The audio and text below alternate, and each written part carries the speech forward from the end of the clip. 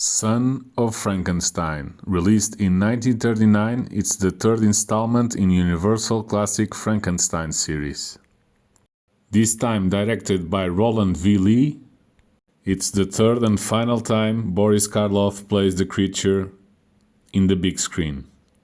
The film introduces Basil Rathbone as Baron Wolf von Frankenstein, returning to his father's castle and legacy.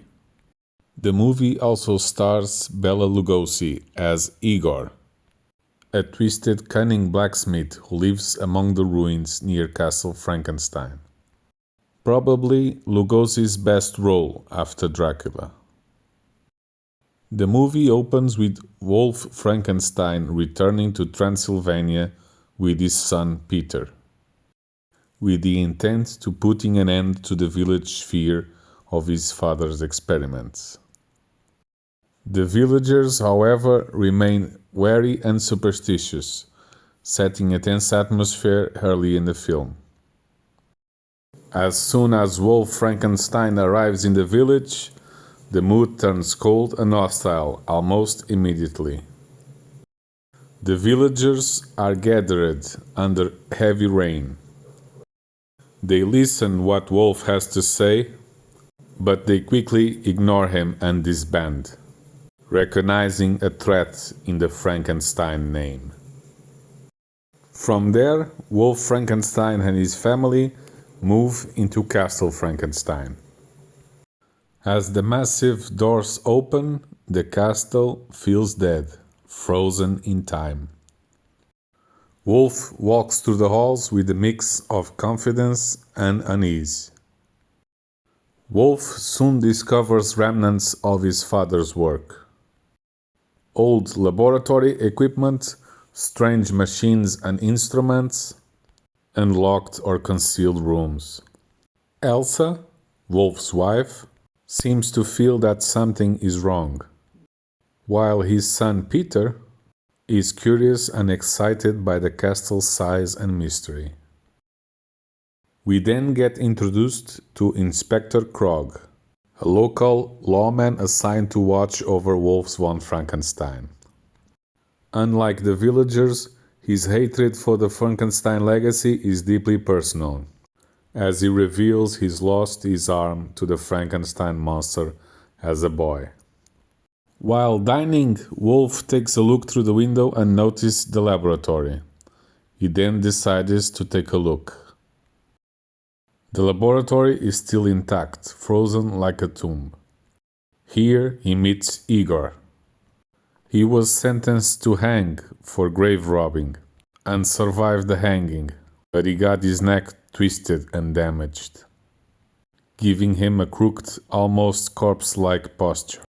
He speaks about his survival almost jokingly, as if death itself failed to finish the job. Igor knows the castle better than anyone else, the hidden passages and underground chambers. He shows Wolf the tombs of his grandfather and father, and then, shockingly, the Frankenstein monster. Igor reveals that he has been taking care of the monster for years, but the creature is now sick and debilitated from past trauma. Wolf is horrified at first, but then curiosity overtakes fear. He even corrects the inscription on his father's tomb, "Maker of monsters to maker of men." This is the moment when Wolf truly steps into his father's shadow. Reluctant as he was, he now agrees to help restore the monster's health.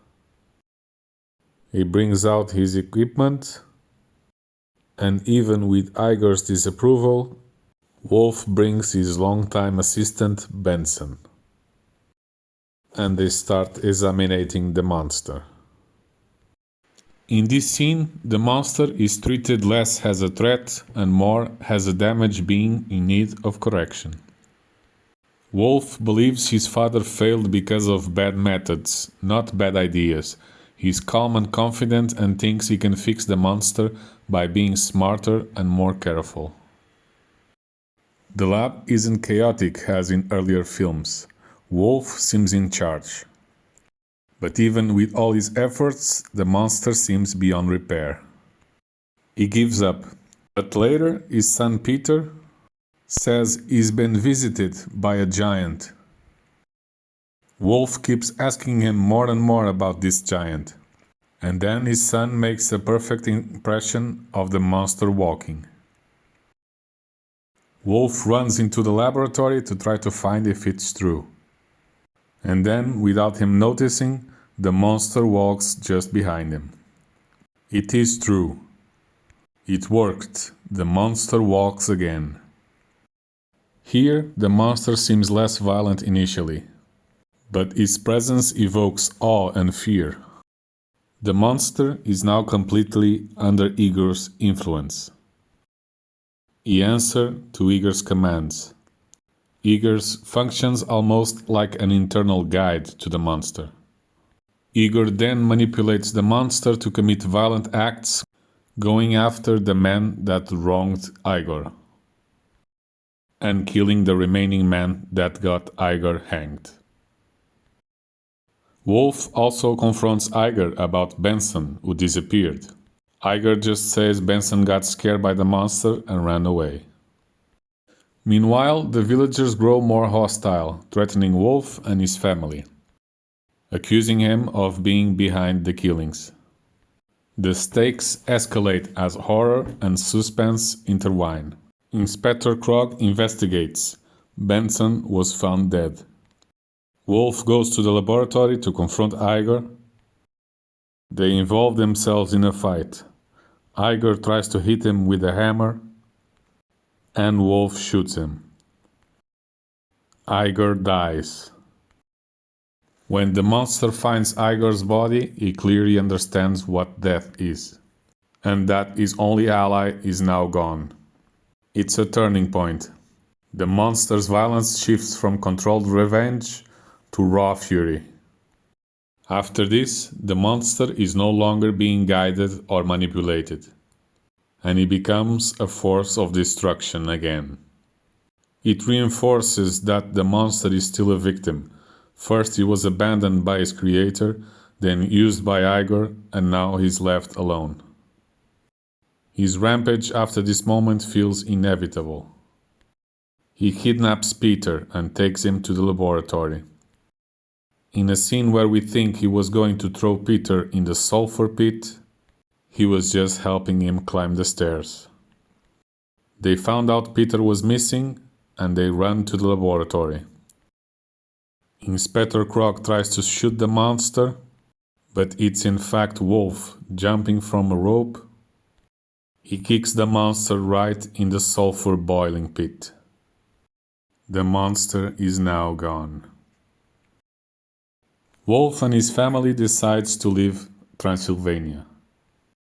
He releases the ownership of the castle and the Frankenstein state.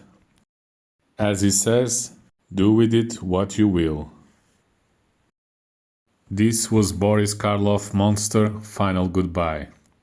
Son of Frankenstein was definitely a great sequel to the first two movies.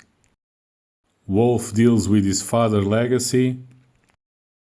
Igor manipulates and uses the monster to get his revenge. And Boris Karloff retires from the role of the monster on the big screen, ending an amazing trilogy of classic horror.